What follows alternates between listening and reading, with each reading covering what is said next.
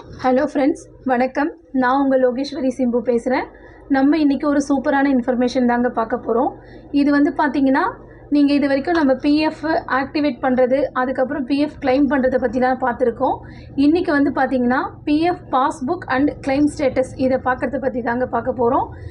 இது வந்து பார்த்திங்கன்னா passbook.epfindia.co.in இதுதாங்க இதோட வெப்சைட். இதோட லிங்க் வந்து நான் டிஸ்கிரிப்ஷனில் கொடுத்துட்றேன்.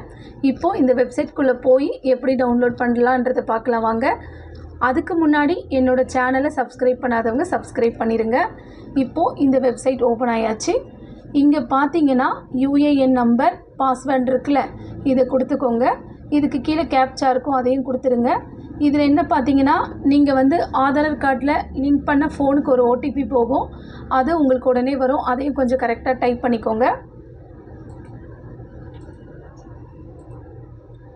அதுக்கப்புறம் இந்த மாதிரி ஒரு பேஜ் ஓப்பன் ஆகும். இதில் வந்து எம்ப்ளாயி ஷேர், எம்ப்ளாயர் ஷேர் எல்லாமே இருக்கும். இதில் வந்து உங்களோட சர்வீஸ் ஹிஸ்ட்ரி எல்லாம் பார்த்துக்கலாம். இதில் நீங்கள் எந்தெந்த கம்பெனியில் எவ்வளோ வருஷம் ஒர்க் பண்ணியிருக்கீங்க, ஜாயின் பண்ண டேட்டு, ரிலீவான டேட்டு, ப்ளஸ் உங்களோட எவ்வளோ வந்து பிஎஃப் உங்களுக்கு பிடிச்சிருக்காங்கன்ற எல்லா டீட்டெயில்ஸுமே இதில் இருக்கும்.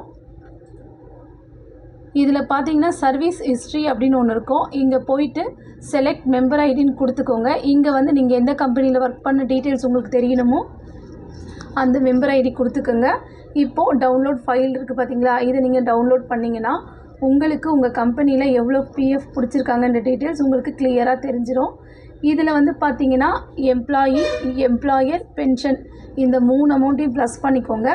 இதுதான் உங்களோட பிஎஃப் அக்கௌண்ட்டில் இருக்கிற அமௌண்ட்டு. Okay friends, thank you.